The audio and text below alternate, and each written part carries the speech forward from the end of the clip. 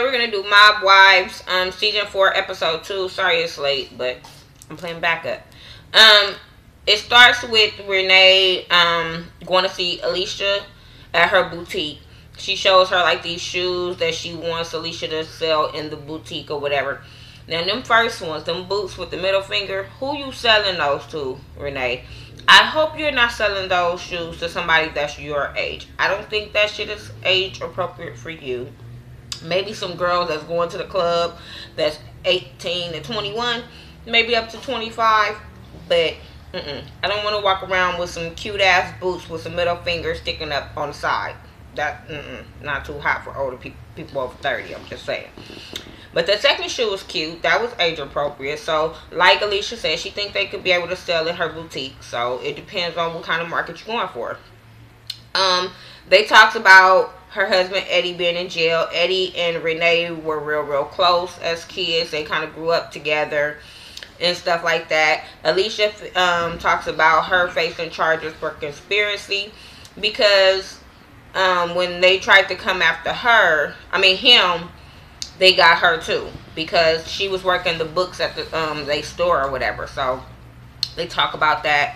Drita and Big Ange, they go get pedicures and stuff, and they're talking about Big Ange is worried about Renee being around Natalie because Natalie was drunk when they met her, and so they don't think that's a good look for Renee, especially with Renee and the past that she had with drugs and pills and all kind of stuff. So they don't know if that's a good look for Renee because being around that type of person, you can easily go back into that type of lifestyle. So I kind of understood that with them. They worried about their friend. Drita was telling Big Ange how she has a stalker at her store. Some dude that just keep coming around, but he only comes around when she's not there. So she's kind of scared for her girls at the store. She really don't want to talk to Lee about it because Leah's been doing good since he just got out of jail. So she don't really want to worry him about it because Lee is about that life, and Lee will do anything to protect his family, basically. So yeah, Renee texts Drita about going to a lunch with her and Natalie, and she wanted Big Ange and Drita to come. Big Ange was like, hell no, that girl is a train wreck waiting to happen, and I don't want to be no part of that. So I was like, okay, that's cool. Then you have Natalie and her boyfriend London. Yeah, they go out for dinner. They talked about the runway little fashion show. Then she tells them about her being introduced to Big Ange and Drita. She basically put all that blame on Drita. Like, she wants to have this problem with Drita. I don't know if that's a good look for you. Now, I'm not too feeling these new girls. I'm just put it out there like that. I get why I feel the way I feel about Alicia, but with Natalie, I don't like her. It feels like you're trying to come at Drita because Drita is known to be the hardest one out the crew. She known to fight. So that's the one you want to go after to kind of make a name for yourself. Because Drita wasn't the only one that was talking about you at that fashion show. Big Ange was basically the one that really had the problem with you. So that's who you want to take up your beef with. But I think she kind of knows that Big Ange will stuff a hole in her ass. Big Ange got a daughter that's around that age will tap that ass, and a son that probably don't give a fuck about hitting a girl to defend their mama. So I think she kind of questions her going after Big Ange than going after Drita. Now I think you want to do is not go after neither one of them. You should have went after Renee, the one that's all talk and no bite. That's the one you should have went after. I'm just saying, Drita will pop you. So I hope you can fight. I'm just saying. So Big Ange, she talks to her dude about, the show and how she says she's going to confront Drita because she feel like she ain't the one to be played with. Okay, we're going to see how this season plays out. Drita and Alicia, they're going to walk on the boardwalk. They both want to talk about they dudes being in their life. Natalie feels more of, she feel betrayed. She kind of feels betrayed because she thought they had this bomb-ass life and people wanted to be like them, and not knowing that her husband was doing all this kind of stuff, all his illegal dealings with the, life or whatever, and she felt like she didn't know nothing about it. So now she want to act like Yandy. I'm just saying. Like, come on. You know your husband is about something else when you got more income coming in your house than either one of y'all jobs allow. So you know he doing something wrong. You do know that. So don't try to make it seem like, okay, maybe you didn't know about the other women. But then I'll get to that when I get to the conversation with her and Renee. So don't. Even Drita was acting like Drita was like, her husband was always home at night, so she didn't know. And when the one night that he did go out, he robbed a bank.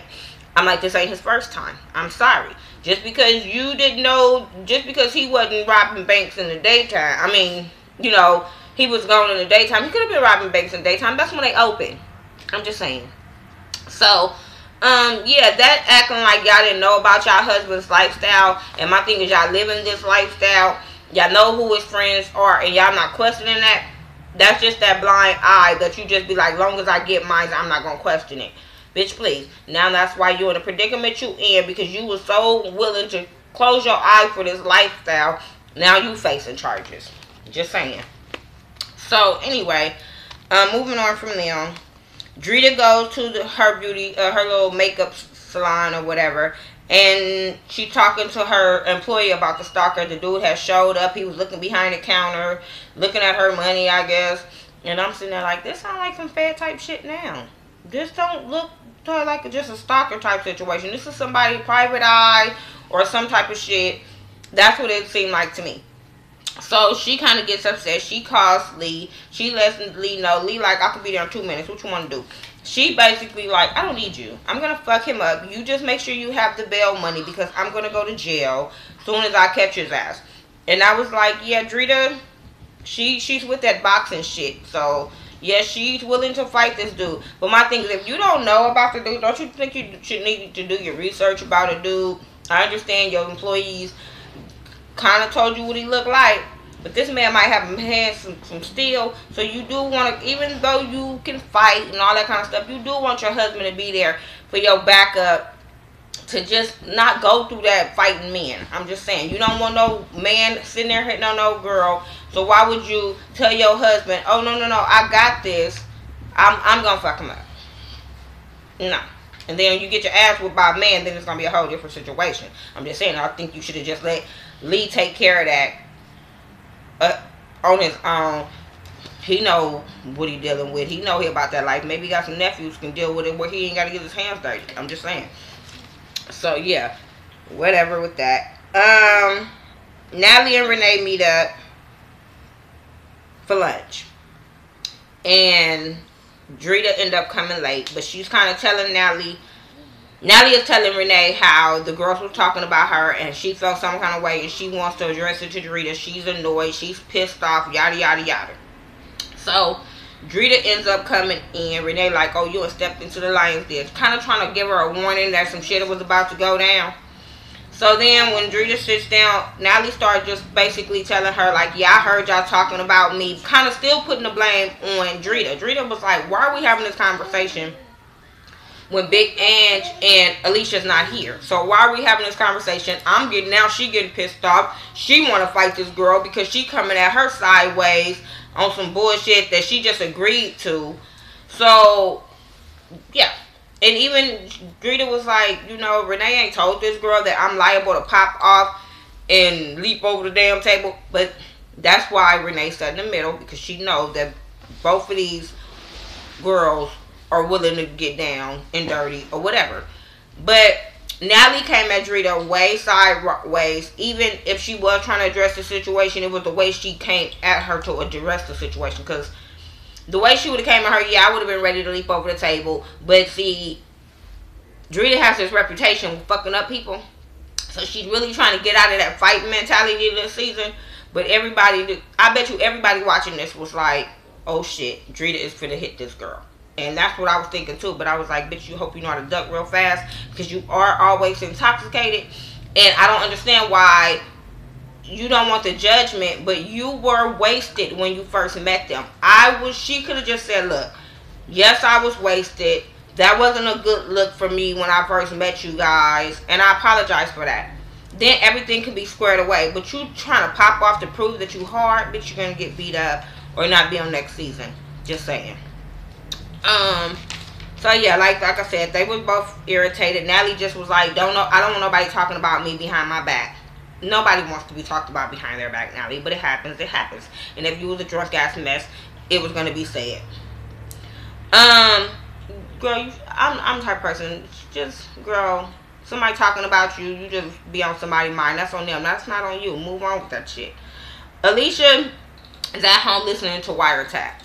And she's hearing, like, all this stuff with her husband, with other girls, her brother, Renee, whatever. Because her lawyer told her to listen to wiretaps so she could see what she's going to say when she try to defend herself. And I'm sitting there like, your husband must not be working for, your lawyer must not be working for your husband, because he showed the fuck just threw your husband up under the bus to save your ass. And I understand that, but I was just like, damn, like, they must not got the same fucking lawyers. He like, bitch, fuck your husband. And my thing is, now you for listen to this, and what you gonna do, get mad and turn on your husband and tell him all his bullshit? Like, I don't know. But she's kind of feeling some kind of way. She, like I said, she's feeling betrayed by her husband, because she's finding out so much stuff about her husband. So then her brother comes over, and she basically tells him, like, I've been hearing about the wiretaps. Even her brother was like, oh shit, like, something about to go down. I know she and her some shit. But she was like, imagine that your conversation is being recorded for 5 years. And I was just sitting there like, fuck. Like, if the Fed was listening to my conversation for 5 years, do you know what he and her? I'm just saying, I'm just saying.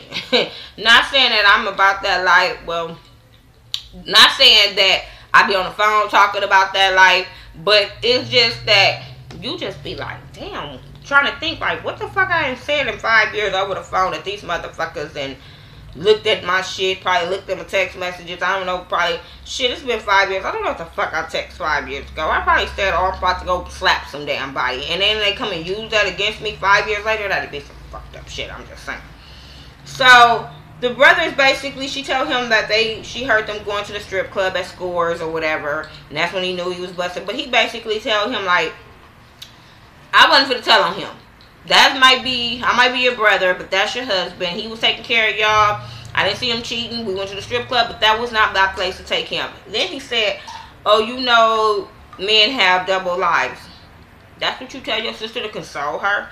I don't know. I think I would have hit my brother. I don't know. If he found out my dude was doing some shit behind my back and he didn't tell me, thinking it's a guy code kind of type of shit, I will fuck my brother up. I'm just saying. It will be over between our relationship, because I feel like you choosing this motherfucker over your blood sister? Oh no. I'm going to slap the shit out of you. You about to get the fuck out of my house. So, anyway, Big Ange, Renee, and Drita, they kind of meet up to talk about the lunch that they had with Natalie. And Big Ange is basically like, this bitch was drunk.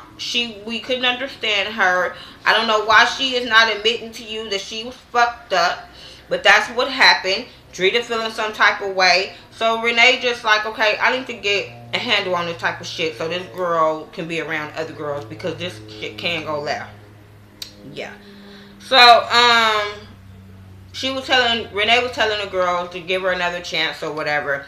And Drita's basically like, you know, respect is earned. Like, I gotta see you doing some shit to make me want to be cool with you. So I was like, okay, I can understand that. So then, after that, let me see. Natalie and Alicia meet up. Renee and Natalie meet up, and they want to talk. She wants to talk about her behavior with the girls, telling her, look, you being the face of my company, you can't be doing that shit. I know you that type of bitch, but you can't be doing that shit being the face of my company. You need to get with these girls and work this type of shit out, and basically tell her like that. You know, Natalie feels like, bitch, I'ma always be me. This is me. But hey, for you my boss, I'ma do what you say, because you know she wants that check. So she gonna be cool. She gonna say, it's over. No, it ain't, bitch. You gonna always have ill will feelings in the back of your mind about Drita. So stop lying. So anyway, Natalie and Alicia meet up at Natalie's funeral home. She owns a funeral home, mostly for the mobsters or whatever. Alicia comes in there and tells her about the wiretaps and how she heard Carla, Renee's friend, on there, and that how she used to date her ex-husband before, but since they've been married and when she was 8 months pregnant, I think it was, that he went out with Carla and Renee for lunch or to Chinese food or whatever. So she's feeling some kind of way, so she wants to confront Renee about this. And I'm sitting there like, I understand why, but your beef is with your husband and Carla, not Renee. But if you want to get some information, I guess go to the woman that you think can give you information. So like you said, she said she's going to confront Renee or whatever. So then you have Drita at her store. Some security guy comes in and basically tell her that he was going to put some security systems in the store, out the store, so they can catch this guy. As they talking, the stalker dude walks up. Drita start going off, and the dude runs away. So to me, that looked like a kind of private eye dude. I mean, it just looked like somebody is investigating her, and she needs to figure out where the fuck that's coming from. Not just somebody trying to hurt her or hurt her store or something. That just looked like a private eye trying to get some information on your ass. Then you have Alicia and Renee meet up at the end, and she basically asks Renee about the wiretaps. She was telling Renee, like, it's been 5 years of wiretaps. Even Renee looked at just like her brother, like, oh shit, we caught. What the fuck did she hear? So she talks and brings up Carla. Renee looked like, oh shit, I'm caught, so let me just tell some of the story. Yeah, I was there. I was invited. Like Renee said, your beef is not with her. Your beef is with your husband. Your beef is with Carla. Your beef is not with her. And I respect it, even though probably... Come on, Renee. If you was with your girls, you probably would have been talking. But since it was on camera, you can't look like a rat. You know these dudes more than you know these females. So you couldn't snitch on him. And I get that. I respected Renee for that. Saying, bitch, I'm not snitching on nobody on national TV. You got me fucked up. So that's basically how it ends. They still wants to gonna go at it through the season of Renee knew some shit and she not telling them, and I wouldn't have either. Bitch, that's between you and your husband. That ain't between me. This motherfucker's not gonna put a hit out on me because I ain't told some shit. No, work that shit out. I'm sorry, Alicia, and I understand girl code, but the mob code will be a little bit dangerous. I'm just saying. So that's my review for Mob Wives. I think this season 4, episode 2. Make sure you rate, comment, subscribe. Follow me on Facebook, Twitter, Instagram, Google+. Check out my girl Ashley Miller 1987, Mike B 801. Some more love. Also do Mob Wives review. So check her channel out. I love her channel. She's from New York. So if there's anybody in New York and you want to subscribe to some more love channel, check her out. Let her know that I sent you. But make sure you check out Mike B and Ashley's channel if you don't already. Alright, peace out.